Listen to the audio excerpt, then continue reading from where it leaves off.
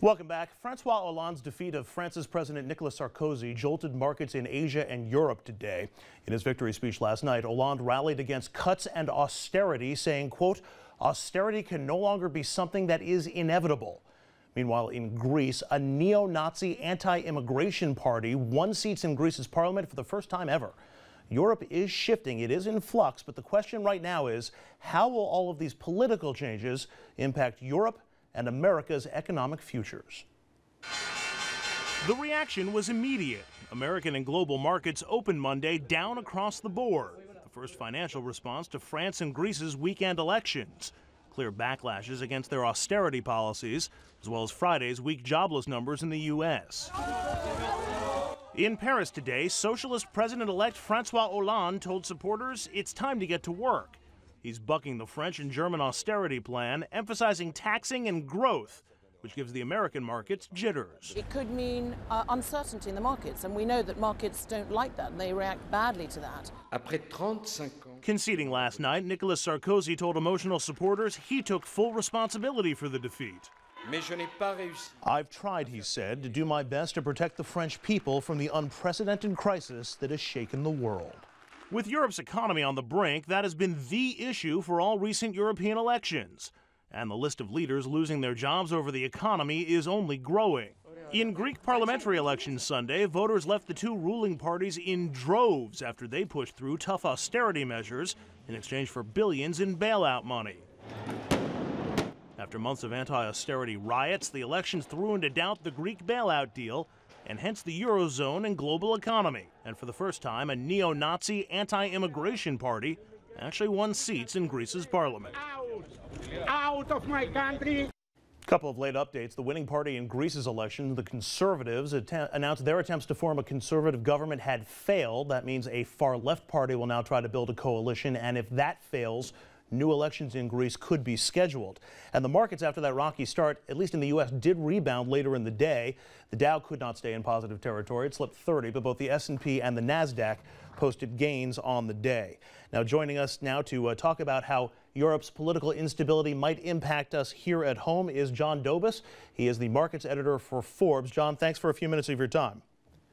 Sure, Andrew, no problem. So the concern today is that these governmental changes, particularly in France, means that they're going to basically throw out their austerity measures, and that means the bailouts that Europe needs to put together in places may go up in smoke as well. How likely is that, and how much leeway do these new governments have in basically tearing up the deals that have already been made?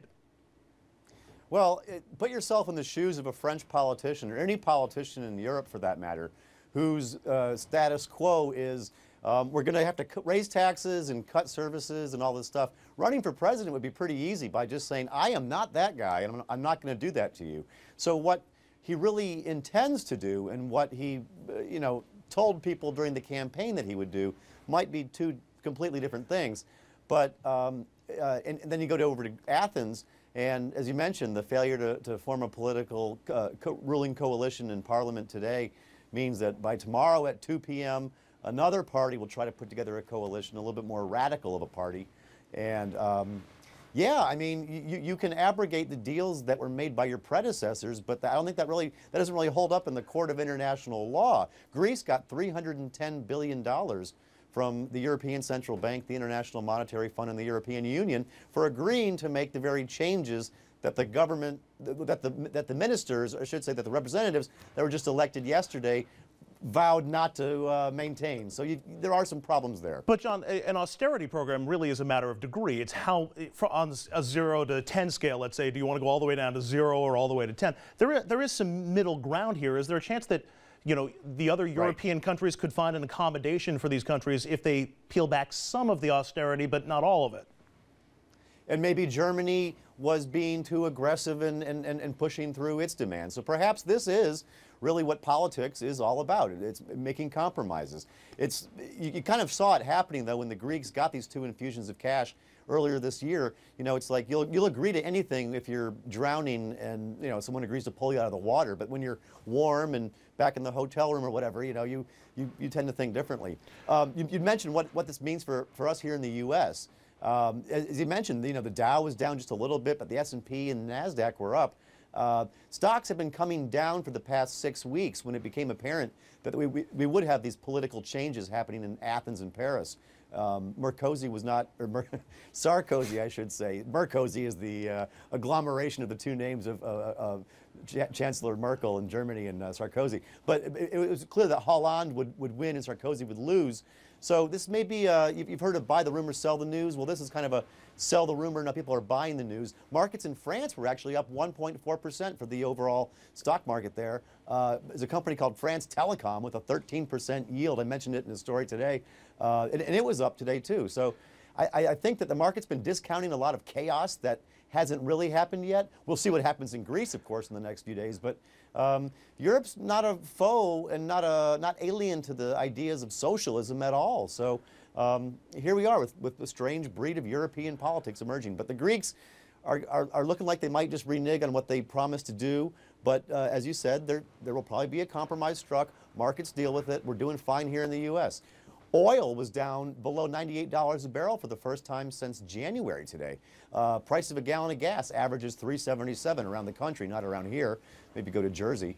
But, you know, so John, things are improving in that perspective. John, quickly, because they're giving us the wrap sign already. I guess the big fear here, or at least the knee-jerk fear that I heard around this morning, was that the euro could collapse as a result of all this. How likely do you think that is? And if the euro does collapse, how big of a problem is it here in the U.S.? Well, we could sit around and have some cognac and talk about what the long-term repercussions that would be. But Greece might leave the euro, and the euro would survive. Greece needs Europe more than Europe needs Greece. And I don't think that for any kind of rhetoric that was in the election, Mr. Hollande in France has any intention of dissolving the common currency. I think he just wanted to get elected and had to make some promises. All right, John Dobosz, Markets Editor for Forbes. John, thank you very much. Really appreciate the time. Thanks, Andrew. All right, let's bring in the table on this. That was the economy of France, or the economy of the European elections. Let's talk a little bit about the politics of the European elections, because what I heard was reaction to austerity measures in Greece and France, and the voters there said absolutely not. We don't want to cut social services to the draconian levels that you're saying. That felt a lot like the debate we're having in this country about the Republican agenda and the Democratic agenda for advancing us out of the current economic woes. Are there lessons for American politics coming from what we saw from voters in Europe? Before I get to the lessons, I just want to mention how this impacts presidential elections and politics. Is, you know, how the Republicans are trying to cast President Barack Obama as a European socialist. Mm-hmm. Well, as things blow up more so in Europe, it's easier to continue that narrative, if you'd like to create that narrative, as the Republicans are doing, and saying, hey, look, he's a European socialist, and by the way, look how bad it is, and Greece is bankrupt, and now, you know, and there's all kinds of other issues. Isn't that the direction that voters in Europe just said that's where we want to go? That's the interesting part here, is that, yeah, that's they're saying they don't want that, apparently, anti-austerity, so they're not looking for that kind of program. And here in America, we haven't decided yet. If you're the Tea Party, you want austerity. If you're a liberal, you don't. You want the services and programs. But it is very interesting how this is all coming together.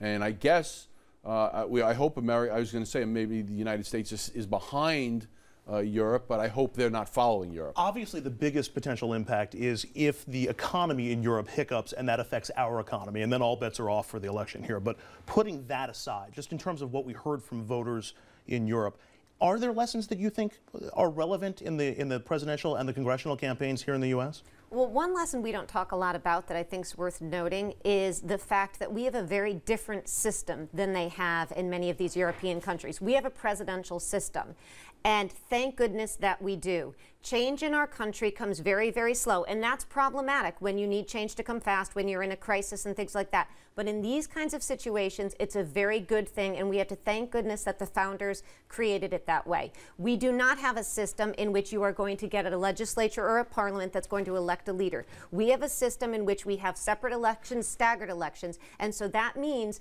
that even if you want change, that change is years down the road. And what that means is we have a much more moderate politics, and that's a very good thing. Voters don't have the option of switching back and forth in kind of this very quick fashion that we see in Europe, and so that's not going to happen in the United States. And obviously, no, we're not about to institute a parliamentary Absolutely process not. here in the U.S. Although some people say we should at certain times. Yeah, but hence the Tea Party.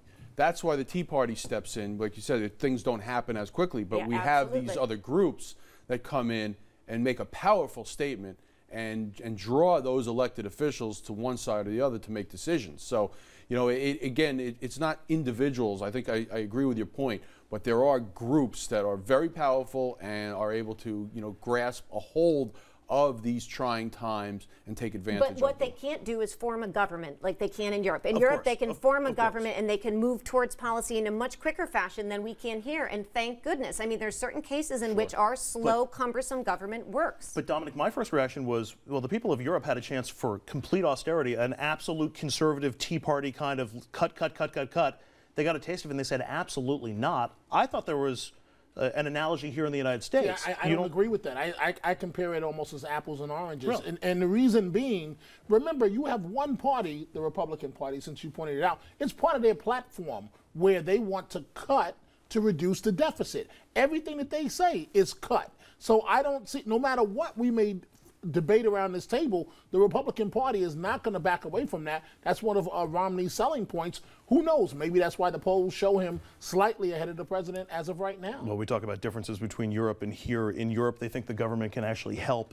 And here, a lot of people think the government, all it can do is hurt. Frankly, I've always thought a government can help. But we'll see what voters say as we move towards November. We're going to take a quick break here.